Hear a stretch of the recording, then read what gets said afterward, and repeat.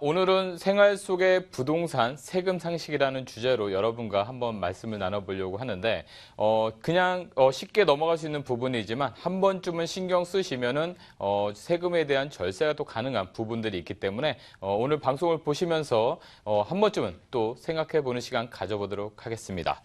자, 첫 번째.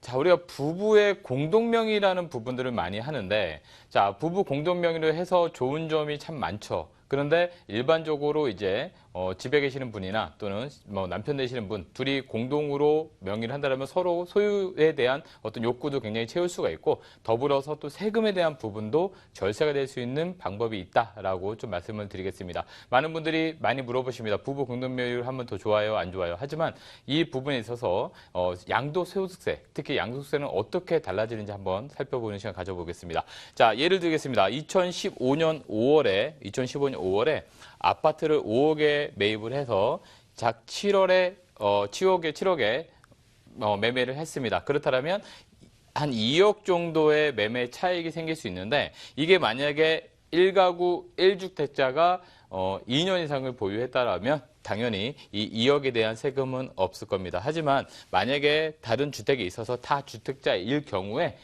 이 부동산에 대해 세금을 낼 경우에 제 생각을 해본다면 필요경비라 해서 우리가 매매 차입분에서 이런 취등록세라든가 여러 경비를 제외하고 나서 우리가 과세표준이라는 걸 뽑게 되는데 만약에 이런 경비를 제외하고 1억 6천만 원이 과세표준으로 나왔다 했을 때 이것을 만약에 한 남편의 명의로만 그러니까 즉 한 사람의 명의로만 남편이나 부인 또는 한 사람의 명의로만 갖게 된다라고 하면 최고 세율인 38%에 대한 세금에 대해서 양도소득세를 내야 됩니다. 그렇게 된다면 양도소득세가 대략 한 6천만 원 정도 된다라고 보시면 되겠죠. 하지만 만약에 부부가 공동으로 소유하게 된다라고 하면 이 1억 6천만 원에 대한 부분이 남편분 8천만 원 그리고 와이프 되시는 분이 8천만 원, 사모님 8천만 원 해서 각각 8천만 원이 된다는 겁니다. 자, 양도소득세는 누진세입니다. 금액이 커지면 커질수록 세율이 높아진다는 것이죠. 그래서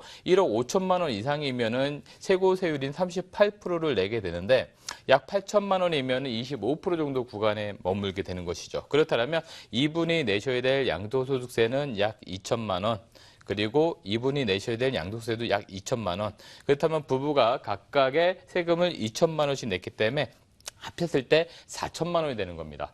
자, 여기도 보시는 것처럼 한 사람의 명의로 돼 있다라면 이 금액 자체가 커지기 때문에 세율도 올라가게 되는 것이고요.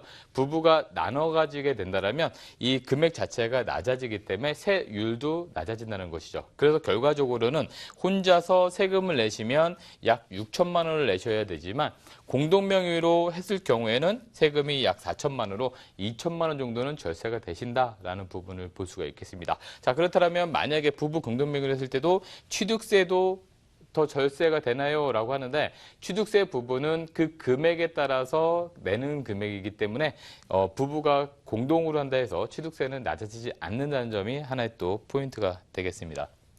자, 두 번째, 혹시 이런 일이 발생하면 안 되겠지만 이혼 등의 이유로 만약에 부부지간에 소유권을 이전을 하는 상태가 생겨납니다. 자, 여기서 등기의 원인, 우리가 등기를 하는 데 있어서 등기의 원인을 이혼 위자료라는 부분으로 등기를 하게 되면 이 위자료에 대한 부분으로 소득세에 대한 부분이 또 과세가 될 수 있다는 부분이 되겠습니다. 하지만 이 등기 원인을 재산 분할 청구에 의한 이런 소유권 이전으로 한다면 재산 분할에 대한 부분은 이 부부가 둘이 같이 재산을 공동으로 영유했다라는 부분에 있기 때문에 이 부분에 대해서는 소유권 이전 등기에 대한 어떤 소득세가 따로 과세되지 않는다는 점입니다. 자, 그리고 또 하나가 있습니다. 증여. 증여를 하게 된다라고 하면은 부부지간에 6억 원까지는 필요경비로 제외 공제되겠죠. 그렇기 때문에 웬만한 주택에 대해서 증여를 한다라고 하면 증여세가 그렇게 나오지는 않을 겁니다. 하지만 이혼이 다 된 후에 증여를 하게 되면 이거는 부부가 아니라 남남이기 때문에 증여를 했을 경우에 증여세가 나오겠죠. 그래서 두 분이 부부로 있는 동안에 증여를 하셔야지만 증여세를 피해갈 수 있다라고 좀 보실 수가 있겠습니다. 자, 최근에 우리가 서울 및 5대 신도시 예전에는 3년 보유하시고요. 2년 거주하셔야지 1가구 1주택자가 비과세 혜택을 받았습니다. 하지만 이것이 2년 보유만 하는 걸로 바뀌었는데 이 부분에 대해서 아직도 좀 잘 모르시는 분이 계셔서 한 번 더 말씀드리자면 2년만 보유하신다면 서울이든 어디든 간에 2년만 보유하시면 단 9억 원 미만에 대해서 비과세를 받는다. 자, 9억이 넘는 부분에 대해서는 양도세를 또 계산하는 방법이 있습니다. 이 방법에 의해서 또 장기보유 특별공제까지 같이 간다면 크게 많은 세금은 나오지 않는다는 점. 하지만 2년만 보유하시면 1가구 1주택자는 비과세 혜택을 받는다라는 점 하나 알고 가시고요. 또 하나가 주택 임대 사업자를 내시는 분들 상당히 많습니다. 자, 주택 임대 사업자를 내는 이유가 일단은 취등록세 신규 주택에 대해서 취등록세 부분을 감면을 받겠지만 기존의 1가구 1주택자가 내 집에 대해서 비과세 혜택을 그대로 받아가기 위해서 새로 신규 주택을 매입하실 때 주택 임대사업자를 내는 경우가 있습니다. 하지만 여기서도 이 기존 주택에 대해서 2년 거주를 하셔야지만 이 비과세 혜택을 받을 수 있다는 거. 거주하셨던 주택에 대해서 비과세 받는다는 점이 하나의 포인트가 되니까 이 주택 임대사업자 내실 때는 거주 요건을 더 챙겨주셔야 된다라고 말씀을 드리겠습니다.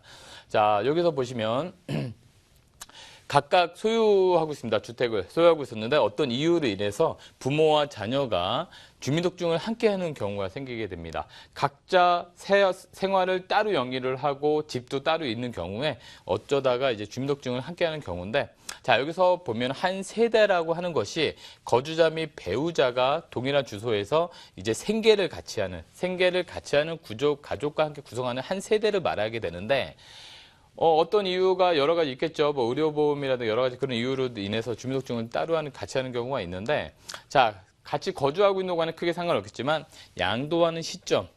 자, 이 양도하는 시점에서 동일한 주소지에 주민등록증이 있으면 동일 세대로 간주되기 때문에 결국 1가구 2주택자가 되게 됩니다. 따라서 만약에 양도하실 생각을 갖고 계신다라면, 매매하실 생각이 있다라면 이 주민등록증에 대한 부분들도 따로 상한을 영위하기 때문에 이 가족과 생계를 같이 따로 하기 때문에 이 부분 미리 정리해 두는 것이 양도소득세 절세를 위해서 필요하겠다라고 좀 말씀드리겠습니다.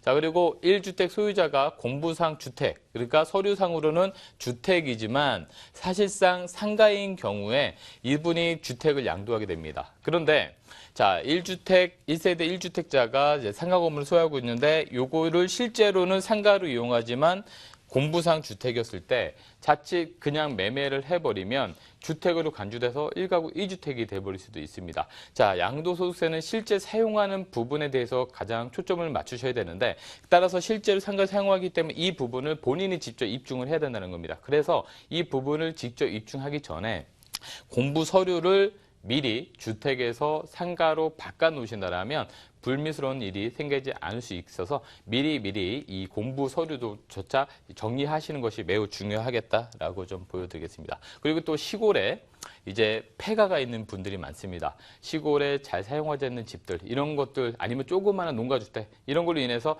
뭐 사실 신경도 안 쓰고 있었기 때문에 내가 1세대 1주택 비과세를 받을 수 있을 줄 알고 있다가 그 농가주택 때문에 1가구 2주택이 되는 경우가 있습니다. 따라서 이 폐가, 그러니까 오래된 건물, 쓰지 않는 건물, 만약 이런 데에 있다 그러면 멸시를 하시고요. 건축물대장상의 공부서류를 미리 잘 해놓으셔야지 향후에 내가 가지고 있는 집에 대해서 비과세 혜택을 그대로 가지고 갈 수 있다는 점이 되겠습니다.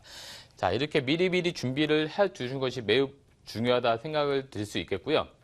자, 이 세금에 대해서도 항상 공부를 하시는 부분이 상당히 중요하겠죠. 그냥 잘 되겠지 하고 넘어갔다가 향후에 1가구 1주택자로서 비과세 혜택을 받으려고 하다가 비과세 혜택을 받지 못하는 경우도 상당히 많이 이루어지고 있습니다. 자, 그러다 보니까 미리 준비하는 점이 무엇보다 중요하겠다라고 말씀을 드리겠고요. 자, 방송을 보시다가 언제든지 궁금한 사항 있으시면 전화 주십시오. 서울전화 02-552-7440으로 전화 주시고요. 매주 수요일 공동역에서 무료 세미나가 있습니다. 매주 수요일 오후 2시에 무료 세미나가 있으니까 세금이라든가 또는 앞으로의 소액으로 투자할 수 있는 방안, 그리고 소액으로 월세를 받는 방법에 대해서 지역과 상품에 대한 부분은 조금 더 자세히 설명드리고 앞으로의 부동산 트렌드에 대해서도 좀 설명드리는 시간 가져보도록 하겠습니다. 자, 신청 전화는 서울전화 02-552-7440으로 신청해 주시고요. 방송을 보시면서도 궁금한 사항 있으시면 언제든지 편안하게 전화 주시기 바라겠습니다.